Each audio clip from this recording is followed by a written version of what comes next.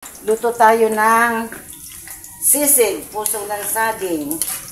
Yan. Ilagay ko na po yung bawang. Sunod natin ang sibuyas.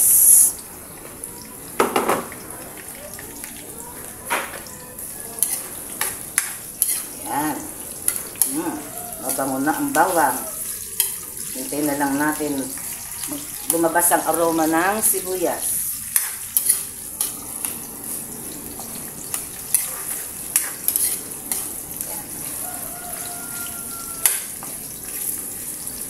Bango-bango. Ito po, giniling na baka. Wala kasi akong makitang pwedeng ito lang makita ko sa freezer nila. Yung pisa ko po kasi nasa work. Kaya ako muna ang pinagbantay dito sa kanilang bahay. So, dito ko naisipan na bala daw akong tumingin ko anong lulutuin sa rep nila. So, ito yung nakita ko. Yan, lagay natin yung giniling, ating isang kutsang maigi.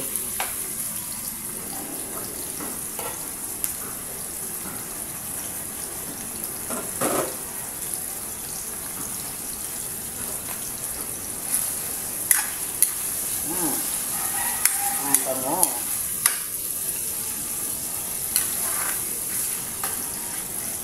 Palabasin natin yung mantika ng ating giniling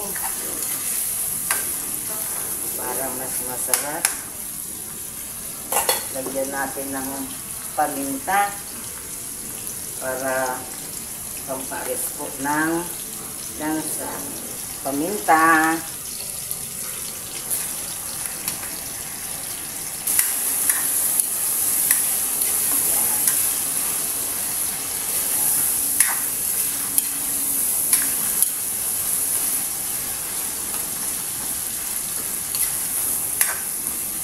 Tapos, lagay na natin ang puso ng saging. Itong puso ng saging, nilamas ko po yan sa asin. Hiniwa-hiwa at nilamas sa asin.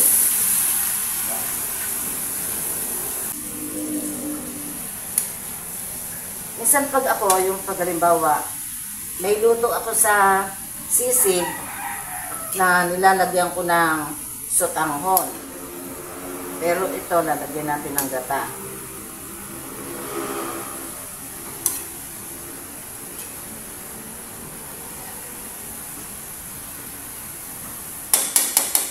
Lagyan muna po natin siya ng asin.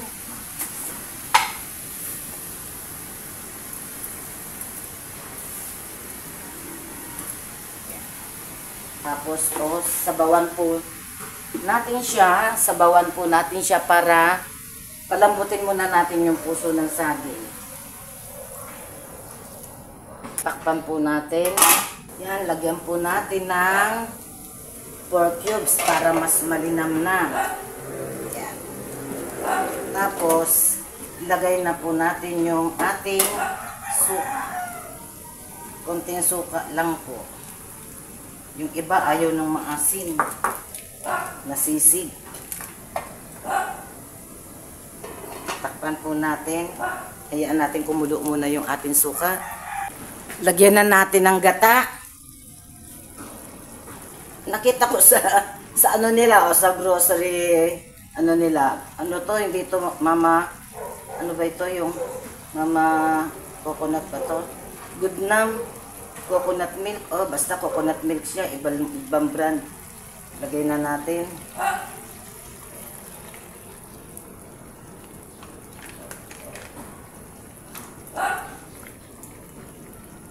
At ating haluin para wag magkulta yung ating gata.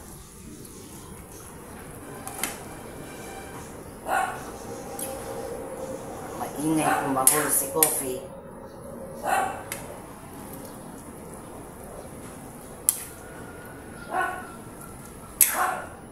Kanilang pinakamatandang aso, pero chihuahua yata. Yun yung aso na yun.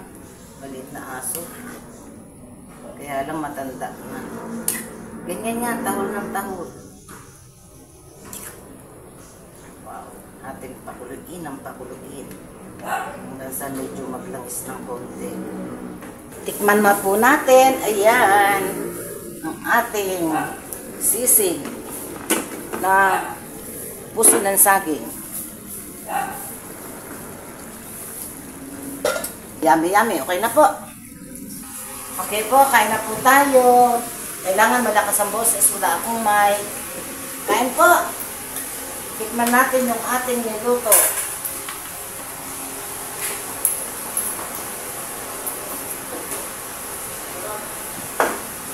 Kumain ako ng ano, kaya hindi lang makakain kong kanin.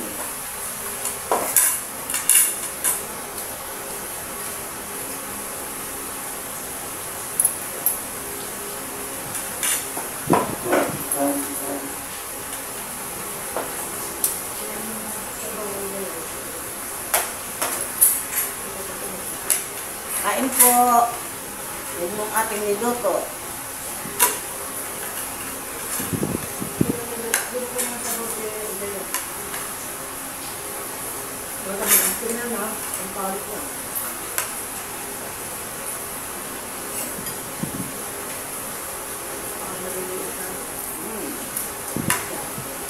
Masarap. Shout out kay ano, kay pangalan nito, Aldeya. Kay Aldeya at kay Papo. Hindi yun ang taga Nueva Ecija.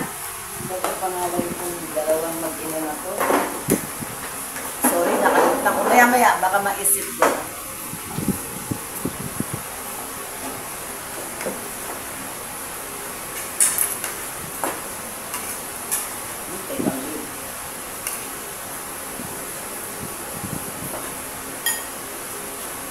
Shout out Camille. Camille ng Nueva Ecija. Yan.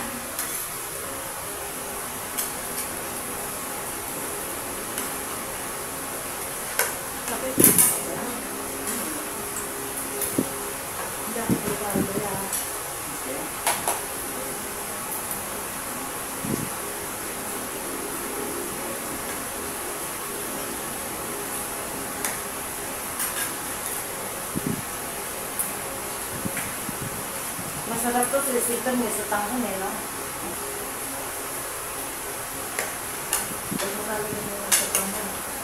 Ganun ako ng tanghon. Pero minsan, nilalagyan ko ng gata. Yung pong may mga request na mga recipe, sa susunod na lang po. Yan.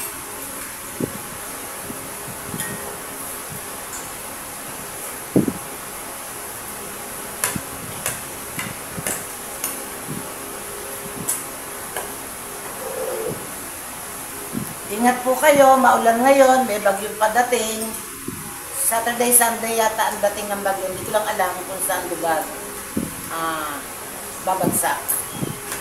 Ang sentro.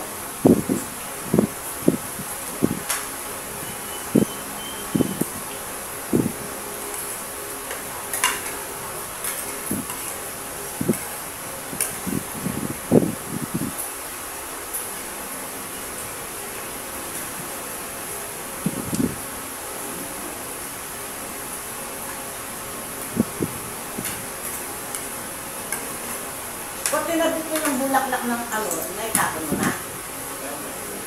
Diyan. Yung bulaklak. Gagawin kong ano yung bulaklak ng puso ng saging. Alam ko na kung paano gumawa ano para magpa-reserve.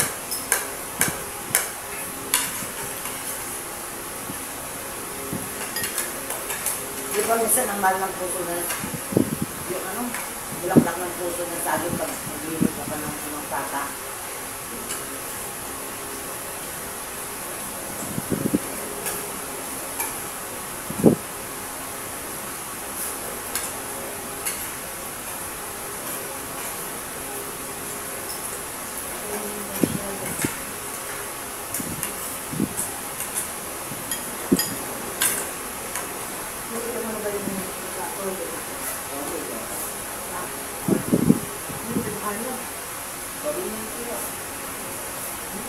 Meron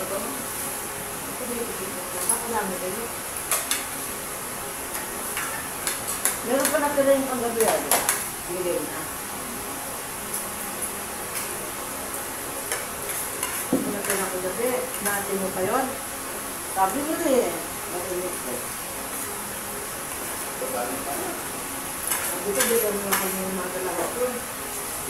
Pagano pa?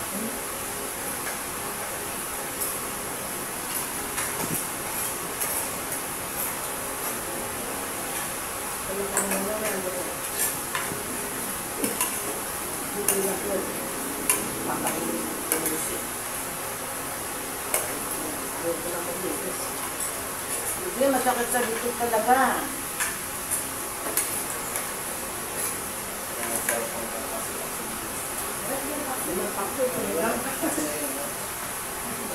Palo. Wala pa rin tubig.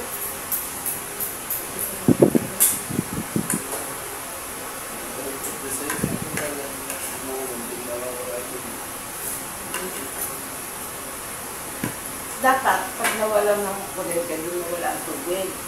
Hindi ba nawalan nga? O tapos, sandali lang. Sabi niya na nawawalan ng tubig. Kahit na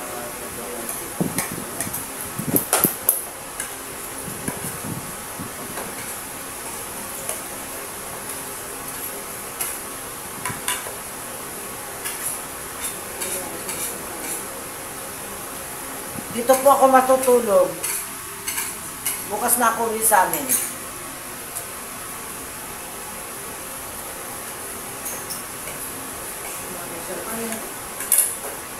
Nagawa ng content. Wala nga akong content. Kailang nagawa ko.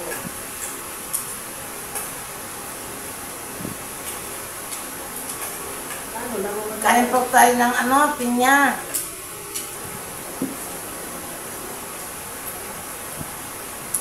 Ang tamis.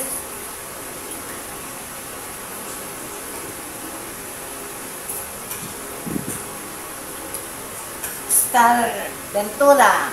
Ang tamis ng pinya. Yan, ganito na lamang po. Maraming salamat sa lahat. Salamat po sa mga subscribers na hindi nag-i-skip ng ads. At salamat po sa mag-subscribe ulit. Pakidagdagan po ang aking subscribers. Ayan. Maraming salamat po. Bye-bye!